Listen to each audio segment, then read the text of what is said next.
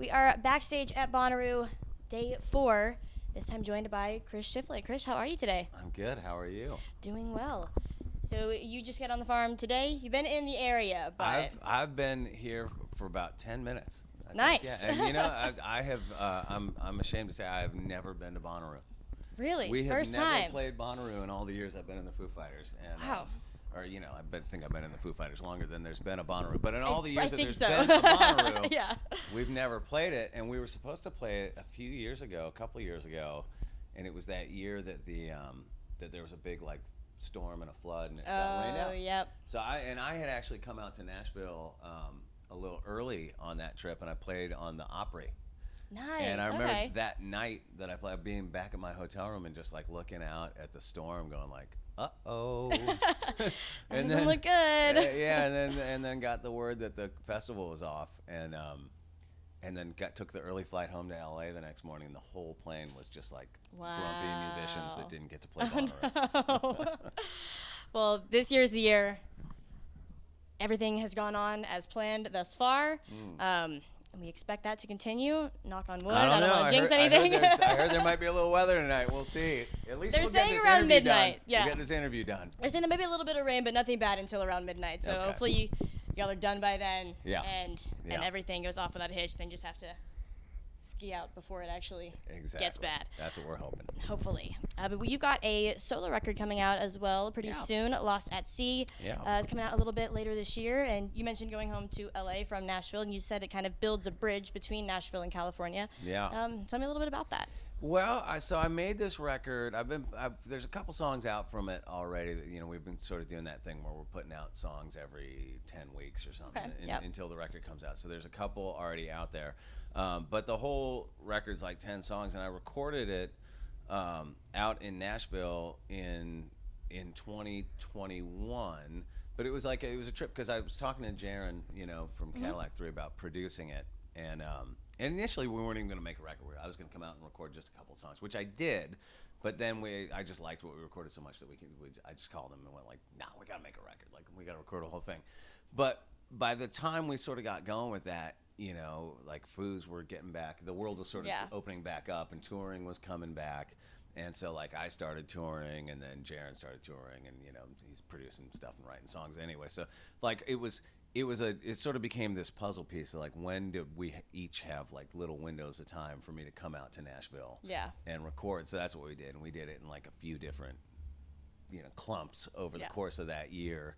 Which is a weird way to make a record. So I've never made a record like that before. Usually, just when I make a record, I just go and I just make the record. You know, in as long as it takes. So it was a trip. It was kind of a nice, relaxed way to do it because there was no deadline, and I would literally go record a bunch of basic tracks with Jaron and the rest of the crew, and then sometimes not even listen to it for a couple months because I'd just be busy doing other stuff. When we were out on the road and running around, and then I'd open the files up and take them to our studio and listen to them and go oh wow, yeah, that's pretty cool. I like what we did there, So yeah, that's kind of the story of making it. It was just these occasional trips to Nashville to get together and get in the studio, and eventually we got it done.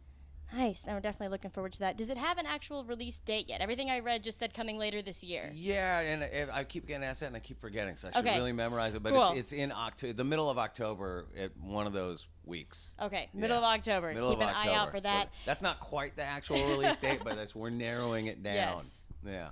And we have the next song is coming out July 12th. It's called Damage Control.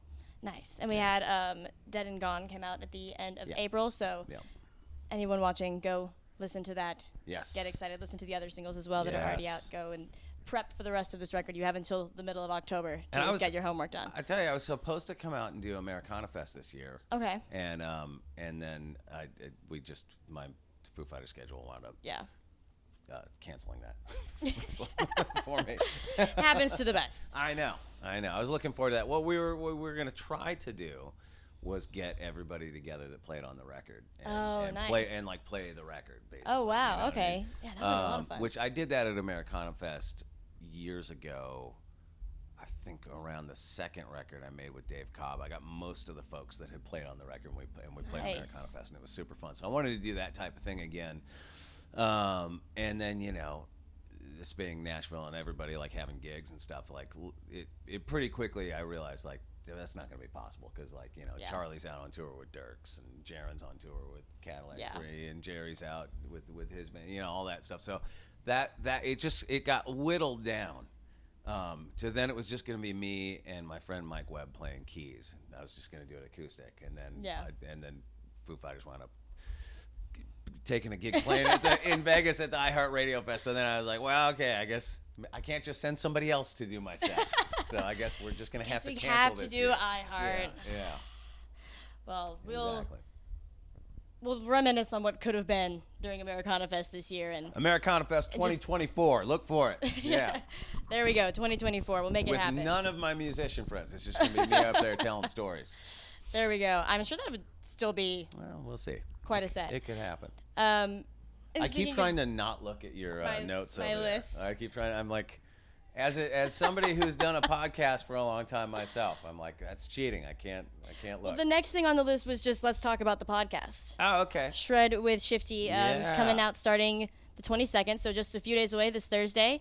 Episode's going to be every other week after that. Yeah. I think we're actually going to push the time frame back. Pushing it? Okay. Maybe. I think we're going to bump it back a week. Because like we've been this one, I've done a podcast called Walking the Floor for a long time, and was sort of very used to that workflow, and that was just audio, and that was kind of easy. This involves video. It's really a video show. Yes. I guess it's a vodcast is what we call it. But nice. but that involves a whole nother layer of editing and stuff, and it's taken a little bit longer to sort of figure out how we're doing it than planned. So I was actually talking to my producer yesterday, and we're like, let's just push it back a week just so we get it right. So, but anyway, coming out very soon. Coming out very soon, and that we don't have an exact release date for that one either. It's a running theme in my work. The release date will happen when it does. Exactly. But this one's different than Walking the Floor because it's really like guitar focused. Yeah. And sort of specifically lead guitar focused. So the whole concept of the show is me sitting down with another guitar player, and they teach me how to play one of their guitar solos. Yes, so we don't have to go to the attempted YouTube tutorials. Exactly, which are great, but they're always a little bit wrong. And here's the punchline with it. What I've found, and this should come as no surprise to anybody, when you talk to the actual guitar player that played the guitar solo on the record, they don't know what they played. They're worse than the YouTubers. You know what I mean? They're like, I think I did it this way. And no, it was this one. No, that's not it. Yeah, so that's probably the biggest lesson I've learned so far is none of us know what we do. It wasn't written down. Right, that's right. Yeah, that was the way they played it that day in the studio, and they've never done it that way again. But it's great. It's been really cool just getting it together, and we've already done a bunch of some really good guitar players on it. Yeah, So I got like Nile Rodgers, Alex Lifeson from Rush, Rivers from Weezer, Brad Paisley did it, John Osborne from Brothers Osborne, Mike McCready from Pearl Jam. There's just a bunch. Brent Mason. There's some really good players on it. Is there anyone you're really hoping to get for season 2? Bonus points if they're on the lineup of this festival. Ooh, God, there's so many. I mean, that's the thing. There's just no shortage of pickers out there, you know what I mean? So there's a lot of people. As a matter of fact, we're getting close to being done with season 1. Okay. And I've already got, like, yeses from probably, like, enough to do half a season 2. Okay. From a lot of people. The one genre that I don't want it to be genre specific. I want it to be kind of all over the shop. And even as far as like the playing goes, like I say it's lead guitar. We've already done a couple guitar players that aren't like traditional lead guitars, so it's really just guitar playing. But there's so many people that I want to get to, and especially it's been harder than I expected to line up like some of the heavy metal players that I grew up listening to. You know? Yeah. That I thought would be, that's the Guitar Hero era. I figured that would kind of be the easiest group of players to get to. It's proven to be the most difficult. So we need more representation from the class in 1983 than this first season has in it. You know, we haven't really tapped into that yet, but we'll get there. Yeah. Season 2, season 3, this thing can go on forever. Well, we're definitely looking forward to seeing all of season 1, but also seeing who you can scrounge together for the upcoming other seasons as That's well. Right. Season 2 is going to be all heavy metal bands from my Nice. youth. That's what I'm hoping. Something like that. Yeah. Fingers crossed we can get that together for season 2. And as you mentioned, it is an audio podcast that will be on like most of the audio, I'm assuming, platforms, but also video on actually our friends at volume.com. So you can see the video there once that kind of launches. The video is going to live exclusively at volume.com/shifty. So go there once we start dropping episodes, and they'll all be up there. Yeah. Here in a few-ish weeks. Yeah. It's the funny thing. I'm so used to doing a podcast that now that there's video, like you watch yourself back on the video and you're like, oh, that's so cringy. I don't know if you have that issue. I have that. There's video here, but when I have it with audio. I don't like listening back. Well, yeah, I know. My Like voice. I got over that after doing the podcast for a long time, but now there's this whole new element of like you have to watch yourself, like your dumb facial expression when you're listening to somebody's answer. It's like weird. It's a weird part of it. Now I'm going to be paying a lot of attention to my facial expressions when I watch back all the interviews from this weekend. For real, yeah, it's weird. Nobody acts normal when you put a camera on them. Yeah. Including myself. Like, it's just not your normal face. Like, you find, like, your eyebrows twitching and you start sweating. It's just weird. I don't know. It's weird, man. I'm not used to being on air in that way. Yeah. Yeah.